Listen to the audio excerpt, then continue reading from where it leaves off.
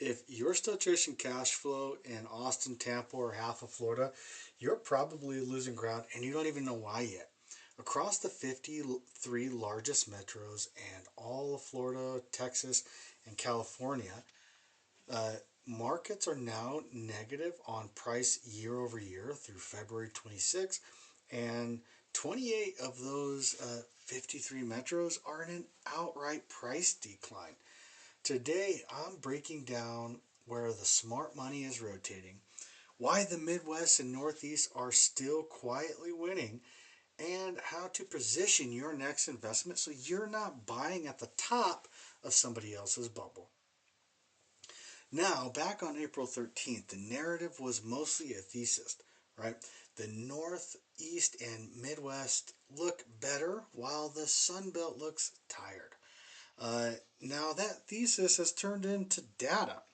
The American Enterprise Institute Housing Center's April 11th release shows a clear line in the sand. Sunbelt metros are weakening while core Midwest and Northeast markets continue to appreciate. Zooming out, the national home price growth has declined sharply. CoreLogic's home price index is down to a positive 0.5% year over year in February, with a negative monthly move. And the American Enterprise Institute's national forecast is now negative 1% for this year and negative 2% for both 2027 and 2028. So, what's this translation?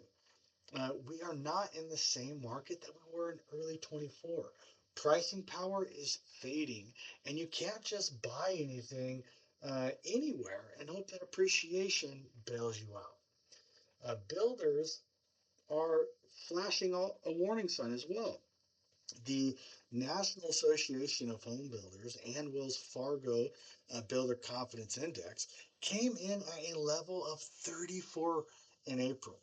Here's what that actually means. This index runs from 0 to 100, and 50 is the neutral line.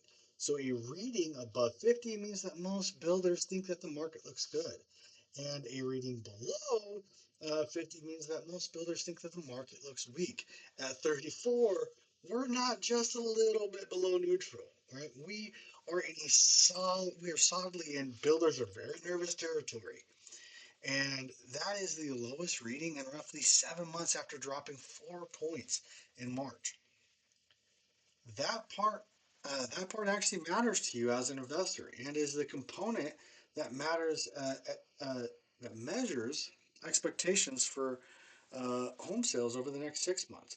That portion fell from 49 to 42%, which tells you that builders have become more pessimistic about the future demand and future pricing power. The under the surface survey response shows that about 60% of builders are still using sales incentives, and this is now the 13th month in a row where at least 60% of home builders are doing that. Those incentives include stuff like temporary mortgage rate buydowns, closing cost credits, and upgrade packages. Essentially, builders are giving back money to keep buyers interested. So, in plain language, builders are losing confidence. They are buying down rates and they're writing checks to get those contracts signed.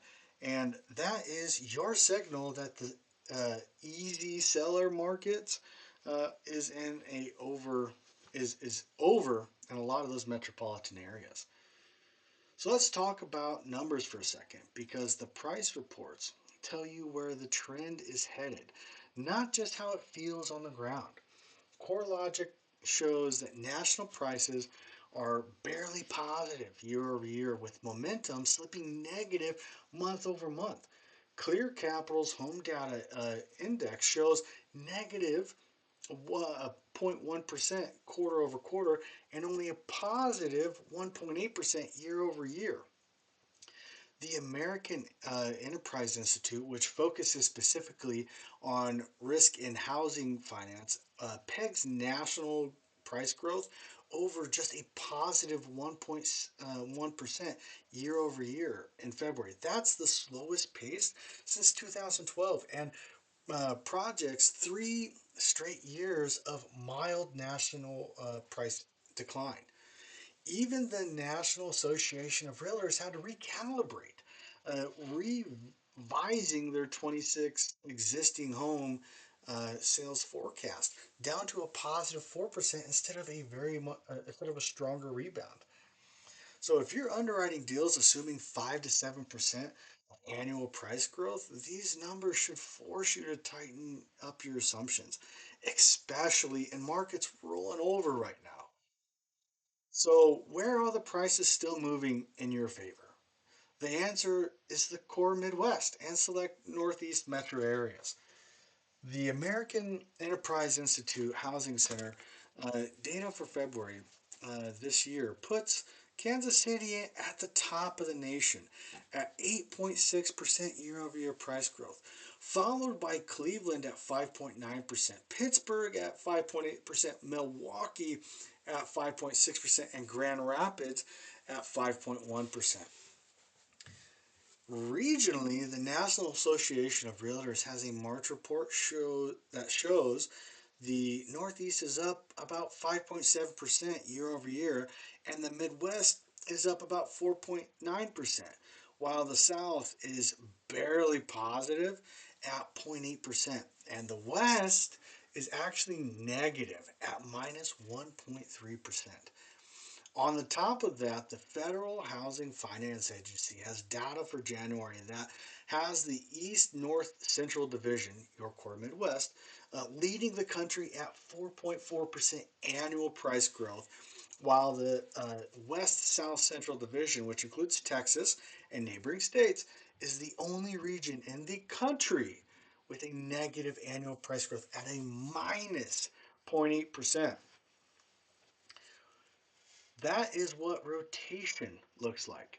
Capital moving away from previously overheated Sunbelt growth markets into more steady cash flow oriented Midwest and Northeast markets. Now let's talk about the Sunbelt because this is where investors who do not adjust are going to get hurt. And I want to help you prevent that. And this is also where more tactical investors can step in at better entry prices. Across the state, Florida prices are down about 4.17% year over year. Inventory is up more than 10%. Uh, Typical days on market are in the 90 day range.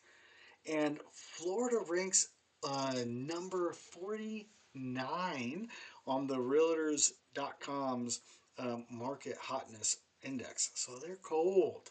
A lot of different markings. When you zoom into specific metropolitan areas, the story gets even clearer. Phoenix, Arizona is roughly 6% below last year on the median list prices, with about 1 in 3 listings seeing a price cut. Austin, Texas is down about 6.8% on median sold price, with homes sitting in the market for an average around 85 days. Cape Coral, Florida is the worst of all 53 metropolitan areas, tracked by the American Enterprise Institute Housing Center. And that is at a minus 9.6% year over year. And Tampa, Florida is the weakest city in the standard. And CoreLogic's Case Schneeler National Home Price Index at a minus 2.5%. At the same time, there are Sunbelt markets like Las Vegas and Fresno where builders' incentives and elevated inventory are creating an investor-friendly entry points. For example, a single-family home around $480,000 in Las Vegas. It has builders offering 2.9% on one-year mortgage rate buydowns. These builders are offering cash incentives up to $25,000. And then in Fresno, They have roughly 18.8% more active listings than a year ago and a 3% year-over-year drop in median list price. And investment transaction volume that has doubled in 2025. So if you're an investor who knows how to negotiate and structure financing these conditions, uh, they're not a red light. They're just a blinking yellow. So proceed with caution, but proceed where the numbers actually work. So how do you actually use all of this as an investor or as someone financing investment properties? First, re-rank your target markets. Give extra weight to the Midwest and Northeast metros where both price appreciation and risk adjusted entry points look attractive on a 3-year time horizon. The real estate analytics from Property IQ makes this point clearly. Over the next 3 years, the Midwest offers better risk adjusted entry points and than the Sun Belt across a wider range of markets. Second, your underwriting in Sunbelt markets assume you need to assume that flat or slightly negative price paths.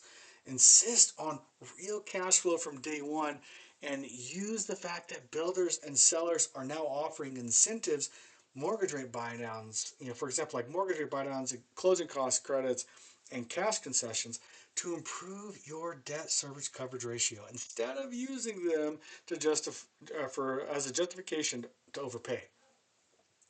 Third, work with lenders and brokers who are actually tracking this kind of data and structuring debt service coverage ratio loans and other investor loans around it.